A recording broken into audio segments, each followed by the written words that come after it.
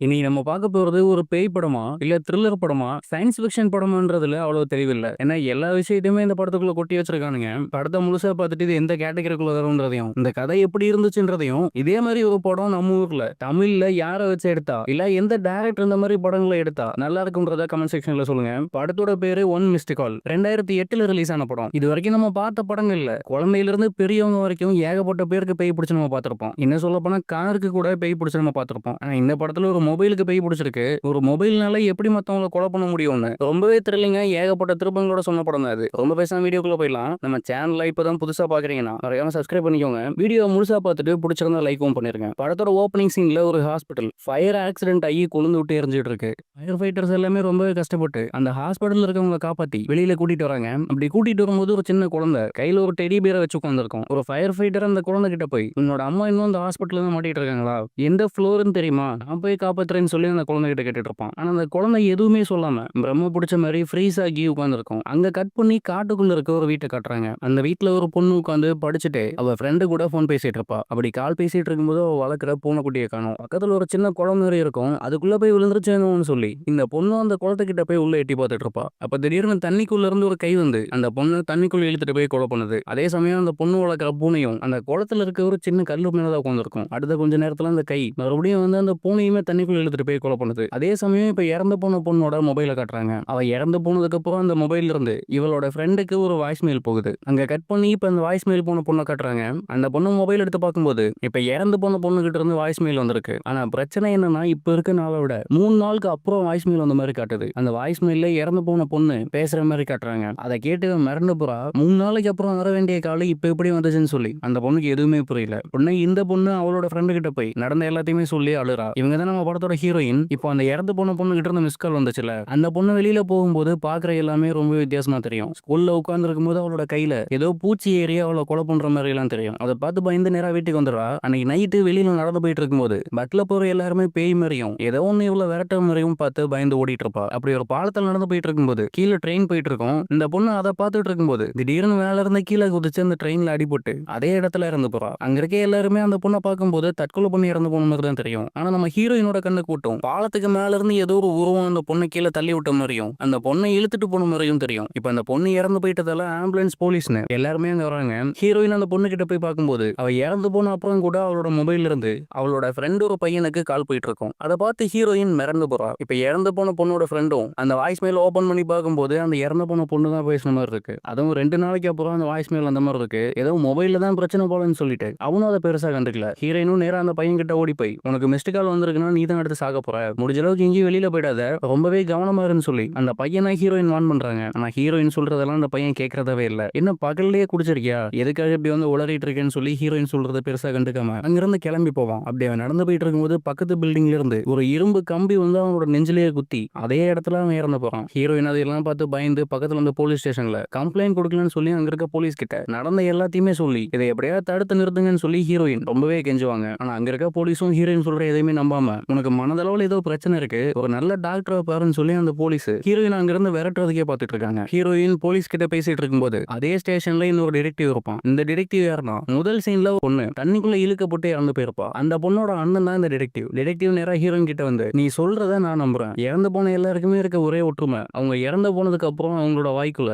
கோலி குண்டு மாதிரி ஒண்ணு இருக்கும். இதெல்லாம் கனெக்ட் பண்ணி பார்க்கும்போது இறந்து போனவங்க வெவ்வேறு முறையில இறந்து போனாலும் எல்லாரோட வாய்க்குள்ளயுமே இந்த கோலி குண்டு இருக்கு. எல்லா கொலைகளுக்குமே இருக்க ஒரே ஒற்றுமை இந்த கோலி குண்டு தான். நீ சொல்ற எல்லாத்தையுமே நான் நம்புறேன், உனக்கு ஏதாவது உதவி தேவைப்பட்டா என்ன கான்டாக்ட் பண்ணுன்னு சொல்லி அவனோட விசிட்டிங் கார்டை கொடுத்துட்டு அங்கிருந்து போறான். ஹீரோயினுக்கும் அட்லீஸ்ட் யாராவது ஒருத்தராவது நம்ம சொல்றத நம்புறாங்கன்னு சொல்லி விசிட்டிங் கார்டை வாங்கிட்டு நேரா அவரோட வீட்டுக்கு வரா. இப்ப கடைசியா கம்பி குத்தப்பட்டு இறந்து போனவனோட போன்ல இருந்து வேற மொபைலுக்கு வாய்ஸ் மெயில் போயிருக்கும். அது யாருன்னா ஹீரோயினோட ரூம் விட்டு ஒரு பொண்ணு இருப்பாங்க. அந்த பொண்ணுக்கே வந்திருக்கு. அதை பார்த்தோன்னே ஹீரோயின் ரொம்பவே பதறாங்க. ஹீரோயினும் அந்த ரூம் விட்டும் ஸ்கூல்ல இருக்கும்போது அந்த வாய்ஸ் மெயில் வந்திருக்கும். அதனால அந்த ஸ்கூல்ல இருந்த எல்லாருமே ரூம்மேட்டோட மொபைல் நம்பரை அவங்க போன்ல இருந்து எல்லாருமே டெலிட் பண்றாங்க. ஏன்னா இந்த பொண்ணு இறந்ததுக்கு அப்புறம் அவளோட போன்ல இருந்து ஏதாவது கால் வந்துடக்கூடாது, அடுத்து நம்ம அந்த லிஸ்ட்ல இறந்து போயிடக்கூடாதுன்னு எல்லாருமே அந்த பொண்ணு ஒரு மாதிரி பாக்குறாங்க. இதுல கடுப்பாகி ஹீரோயின் ரூம்மேட்டோட போனை பிடிங்கி தரையில போட்டு மிதிச்சு உடச்சு சுக்குநூறு ஆக்குறா. இதெல்லாம் கேள்விப்பட்ட ஒரு ஃபேமஸான டிவி ஷோவோட ஆங்கர் ரூம்மேட் கிட்ட வந்து நீங்க இறந்த போறதா சொல்ற அந்த நேரத்துல நான் உங்களை இன்டர்வியூ எடுக்கிறேன், கண்டிப்பா லைவ் ஷோல வந்து அவ்வளவு பேருக்கு மத்தியில உங்களை யாருமே கொலை பண்ண முடியாது,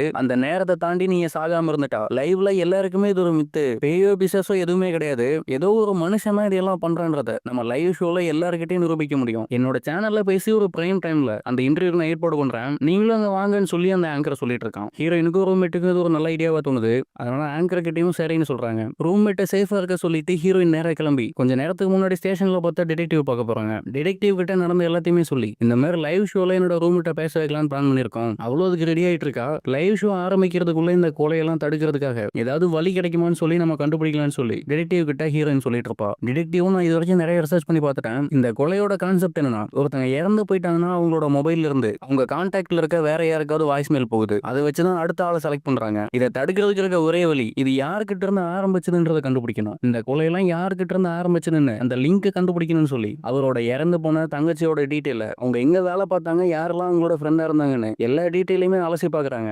இறந்து போன தங்கச்சி ஒரு ஹாஸ்பிட்டல்ல நர்ஸா வேலை பார்த்துட்டு இருப்பாங்க. கடைசியா அவங்க எந்த பேஷண்ட்டுக்கு ட்ரீட்மெண்ட் கொடுத்தாங்கன்னு அந்த லிஸ்டையும் கண்டுபிடிச்சு நேரா அந்த வீட்டுக்கும் போவாங்க. அந்த வீட்டுல ஒரு சின்ன பொண்ணு இருக்கா. இந்த குழந்தை தான் படத்தோட ஓப்பனிங் சீன்ல ஒரு ஹாஸ்பிட்டல்ல ஃபயர் ஆக்சிடென்ட் ஆகிருக்கும் போது அம்மாவை இழந்து வெளியில உட்காந்துருப்பா. ஒரு ஃபயர் ஃபைட்டர் கூட வந்து உன்னோட அம்மா உள்ள இருக்காங்களா இல்ல அவங்களுக்கு என்ன ஆச்சுன்னு சொல்லி கேட்டிருப்பாரு. அந்த ஆக்சிடென்ட்டுக்கு அப்புறம் இந்த பொண்ணு யாருக்கிட்டையும் பேசுறதை நிறுத்திட்டாங்க. அதனால அந்த குழந்தைகிட்ட இருந்து எந்த ஒரு டீட்டெயிலுமே வாங்க முடியல.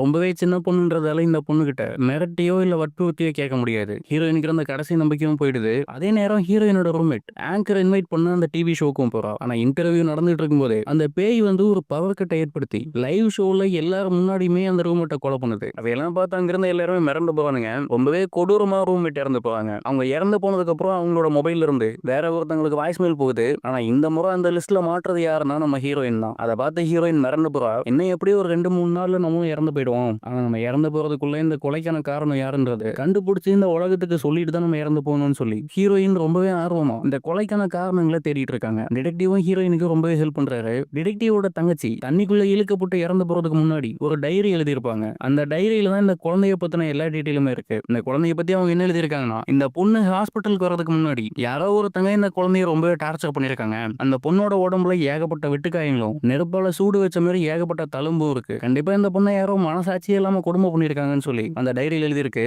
ஆனா அப்படி கொடுமை பண்ணது யாருன்றத அந்த டைரியில் எழுதவே இல்லை. அதனால எல்லாரோட சந்தேகமும் அந்த குழந்தையோட அம்மா மேல தான் திரும்புது. எதுக்காக அந்த குழந்தையோட அம்மாவை எல்லாருமே சந்தேகப்படுறாங்கன்னா, ஹாஸ்பிட்டல்ல ஃபயர் ஆக்சிடென்ட் ஆனதுக்கு அப்புறம் இந்த குழந்தையோட அம்மாவை காணோம். ஒருவேளை ஆக்சிடென்ட் ஏற்படும் போது அவங்க இந்த ஹாஸ்பிட்டல்ல இல்லாம வெளியில கூட போயிருக்கலாம். நெருப்புல மாட்டி இருந்தா கண்டிப்பா அவங்களோட உடம்பு கிடைச்சிருக்கும். ஆனா அவங்களோட டெட் பாடியும் கிடைக்கல. கண்டிப்பா அந்த அம்மா மேல தான் தப்பு இருக்கணும். அதனால இதை ஒரு காரணமா காட்டி அவங்க இங்கிருந்து தப்பிச்சு போயிட்டாங்கன்னு சொல்லி எல்லாருமே நினைக்கிறாங்க. ஆனா ஹீரோயினுக்கு அதில் நம்பிக்கை இல்ல. எதுக்கு இன்னொரு தடவை அந்த ஹாஸ்பிட்டல்ல போய் நல்லா தேடி பார்க்கலாம். ஒருவேளை அந்த அம்மா எங்கேயாவது இறந்து போய் அவங்களோட ஆவி கூட இந்த மாதிரி பண்ணிட்டு இருக்கலாம்னு சொல்லி ஹீரோயினும் டிடெக்டிவும் நேரம் அந்த ஹாஸ்பிட்டல் போறாங்க. நெருப்பால எரிஞ்ச அந்த ஹாஸ்பிட்டல் ரொம்பவே மோசமான நிலைமையில் இருக்கும். அந்த பில்டிங்ல ஒரு இடம் விடாம ஹீரோயினும் டிடெக்டிவும் அந்த அம்மாவோட டெட் பாடியோ இல்ல வேற ஏதாவது விஷயங்களோ கிடைக்குமான்னு சொல்லி பயங்கரமா தேடி பார்ப்பாங்க. அப்படி தேடிட்டு இருக்கும்போது ஒரு ஏசி வென்டிலேட்டருக்குள்ள இறந்து போன அந்த குழந்தையோட அம்மாவோட பாடி இருக்கும். இறந்து போன நிலைமையில அவங்களோட கையில ஒரு மொபைலும் இருக்கும். இதன் மூலியமா தான் எல்லாரும் இறந்து போயிருப்பாங்கன்னு ஹீரோயின் சந்தேகப்பட்டு அந்த மொபைலையும் பத்திரமா எடுத்து வச்சுக்கிறா. அந்த மொபைலை கையிலிருந்து எடுத்த உடனே இறந்து நெருப்பால எரிக்கப்பட்டு ரொம்பவே கொடூரமா அந்த அம்மாவோட பாடி இருக்கும். திடீர்னு உயிர் வந்து ஹீரோயினை கொலை பண்றதுக்காக விரட்டிட்டு இருக்கு. ஹீரோயின் அதை பார்த்து பயந்து ஒரு சின்ன சந்துக்குள்ள ஒளிஞ்சிட்டு இருக்கும்போது ஹீரோயினுக்கு ரொம்ப பக்கத்துல வந்து அந்த பேய் நிக்கும். ஹீரோயினுக்கு பயத்துல கை காலெல்லாம் நடுங்குது. ஆனா அந்த பேய் ஹீரோயின் எதுவுமே பண்ணாம ரொம்பவே மெதுவா ஹீரோயின் கிட்ட நடந்த எல்லாத்துக்குமே நம்ம மன்னிச்சிடன்னு மட்டும் சொல்லிட்டு திரும்ப தரையில விழுந்து இறந்து போகுது. ஹீரோயின் பயத்தோட உச்சிக்கே போறாங்க. டிடெக்டிவ் கூப்பிட்டு நடந்த எல்லாத்தையுமே சொல்லி இறந்து போய் கிடக்குற அந்த பாடியும் காட்டி போலீஸுக்கும் இன்ஃபார்ம் பண்றாங்க. போலீஸும் ஒரு டீமோட அங்க வந்து இறந்து போய் கிடக்குற அம்மாவோட பாடியும் எடுத்துட்டு அவங்க கையில இருக்க மொபைல எவிடன்ஸாவும் எடுத்துட்டு போய் போலீஸ் ஸ்டேஷனோட அந்த லாக்கர் ரூம்குள்ள வைக்கிறாங்க. ஹீரோயினும் எல்லா பிரச்சனையும் முடிஞ்சிருச்சு, இதுக்கப்புறம் நமக்கு எதுவும் பிரச்சனை இல்லைன்னு சொல்லி அவங்களோட வீட்டுக்கு போறாங்க. டிடெக்டிவ் தான் ஹீரோயினை டிராப் பண்றதுக்காக போறாரு. அதே சமயம் போலீஸோட லாக்கர் ரூம்ல இருக்க போன்ல இருந்து மறுபடியும் வேற ஒருத்தங்களுக்கு வாய்ஸ் மெயில் போகுது. ஆனா இது தெரியாம ஹீரோயின் எல்லா பிரச்சனையும் முடிஞ்சிருச்சு, நம்ம சாக மட்டும் யாருக்கும் எந்த பிரச்சனையும் இல்லைன்னு சொல்லிட்டு அவங்களோட வீட்டுக்கு வராங்க. டிடெக்டிவ் ஹீரோயினை டிராப் பண்ணிட்டு நான் போய் அந்த சின்ன பொண்ணு கிட்ட உங்களோட அம்மா இறந்து போயிட்டாங்க, அந்த பொண்ணுக்கு யாராவது கார்டியன் இருந்தாங்கன்னா அவங்க கிட்ட இறந்து போன அம்மாவோட பாடி ஹாஸ்பிட்டல் இருக்குன்ற விஷயத்தையும் இன்ஃபார்ம் பண்ணிட்டு வரேன்னு சொல்லி டிடெக்டிவ் அங்கிருந்து கிளம்பி போறாரு. டிடெக்டிவ் அந்த குழந்தையோட வீட்டுக்கு போய் அந்த குழந்தைய தேடிட்டு இருப்பாரு. ஆனா நைட் டைம்ன்றதால அந்த குழந்தை தூங்கிட்டு இருக்கும். எப்பயுமே அந்த குழந்தை கையில ஒரு டெடி பேர் பொம்மையை வச்சுட்டே தான் இருக்கும். அந்த பொம்மைக்குள்ள இருந்து ஏதோ லைட் பிளிங்க் ஆகிற மாதிரி தெரியும். டிடெக்டிவ் அதை எடுத்து என்னன்னு பாக்குறாரு. அந்த டெடி பேருக்குள்ளே சின்னதா ஒரு கேமரா மாதிரி செட் பண்ணி அந்த கேமரா ரெக்கார்ட் பண்றதை சேவ் பண்றதுக்கு ஒரு சின்ன சிடி மாதிரியான ஒரு செட்டப் இருக்கும். டிடெக்டிவ் அந்த சிடியை எடுத்துட்டு வந்து அதுல என்ன இருக்குன்னு பாக்குறதுக்காக பிளே பண்ணும்போது தான் இன்னொரு பெரிய அதிர்ச்சியே நமக்கு தெரிய வருது. என்னன்னா அந்த சின்ன குழந்தைய டார்ச்சர் பண்ணது அந்த குழந்தையோட அம்மா கிடையாது,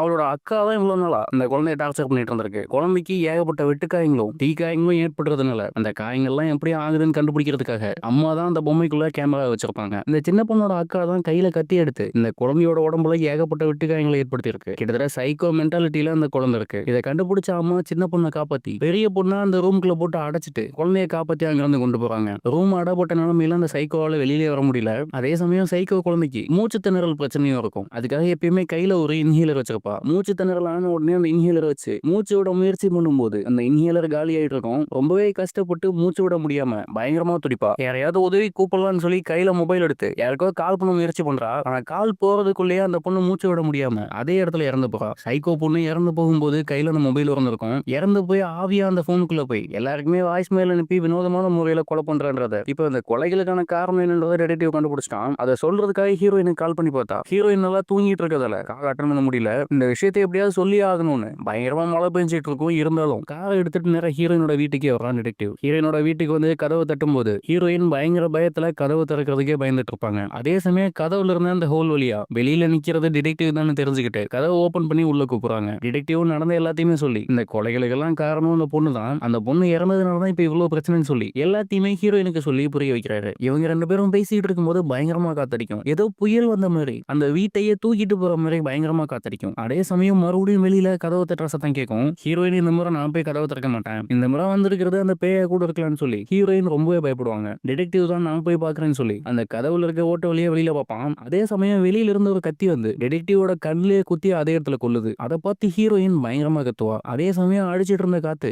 இன்னும் பலமா வீசுது. அந்த வீட்டோட கண்ணாடி ஜன்னல் எல்லாமே உடைஞ்சு வீட்டுல இருக்க எல்லா பொருளும் பறந்து வந்து ஹீரோயின் மேல விழுது. ஹீரோயின் ரொம்பவே பயத்துல அந்த வீட்டோட கதவை பார்க்கும்போது இறந்து போன அந்த பொண்ணோட பேய் வீட்டுக்குள்ள வந்து ஹீரோயினை நேருக்கு நேரா பாக்குது. அவ்வளவுதான் நம்ம ஹீரோயினுக்கு இன்னைக்கு சங்குதான் நினைக்கும் போது இந்த சைக்கோ பொண்ணோட அம்மா ஹாஸ்பிட்டல்ல ஃபயர் ஆக்சிடென்ட் ஆனதுனால இறந்து போயிருப்பாங்க. அவங்களோட ஆவி இங்க வந்து இந்த பொண்ணோட ஆவி கூட சண்டை போட்டு சைக்கோவோட ஆவியா அங்கிருந்து இழுத்துட்டு போற மாதிரி காட்டுறாங்க. இதெல்லாம் பார்த்து ஹீரோயினோட நம்பவே முடியாது. உயிர் பயத்துல உட்கார்ந்து இருக்கும்போது இப்போ கத்தியால குத்தப்பட்டு டிடெக்டிவ் இறந்து போயிருப்பாரு. அவரோட வாயிலிருந்து அந்த கோழி குண்டு மறுபடியும் வந்து வெளியில விழுது. இந்த சைக்கோ பெயால கொல்லப்பட்டவங்களோட வாயில இருந்தோம் இதே மாதிரி தான் கோழி குண்டு வந்திருக்கும். ஆனா அந்த சைக்கோட ஆவியை தான் அம்மா ஆவி வந்து அங்கிருந்து இழுத்துட்டு போயிடுச்சுல. இதுக்கப்புறம் யாரும் எந்த கொலையும் நடக்காதுன்னு சொல்லி ஹீரோயின் நினைச்சிருப்பாங்க. ஆனா இறந்து போன டிடெக்டிவோட போன்ல இருந்து இன்னொருத்தங்களுக்கு வாய்ஸ் மெயில் போற மாதிரி காட்டி இந்த படத்தை இங்க முடிக்கிறாங்க. ஒரு வேலை இதுக்கப்புறம் இது ஒரு சாபம் மாதிரி உருவாக்கி டிடெக்டிவோட ஆவி போய் எல்லாரையுமே கொலை பண்ணாலும் பண்ணலாம். இந்த படத்துக்கு பார்ட் 2 எடுக்கிற மாதிரி ஆன்லைன்ல சில ஆர்டிகல் எல்லாம் போட்டிருக்காங்க. ஆனா இன்னும் அந்த படம் வரல. ஒருவேளை பார்ட் 2 ரிலீஸ் ஆச்சுன்னா கண்டிப்பா அந்த படத்தையும் நம்ம பேசலாம். கடைசி வரைக்கும் வீடியோ பார்த்ததுக்கு ரொம்பவே நன்றி. நாளைக்கு இன்னொரு நல்ல படத்துல பார்க்கறேன். நன்றி.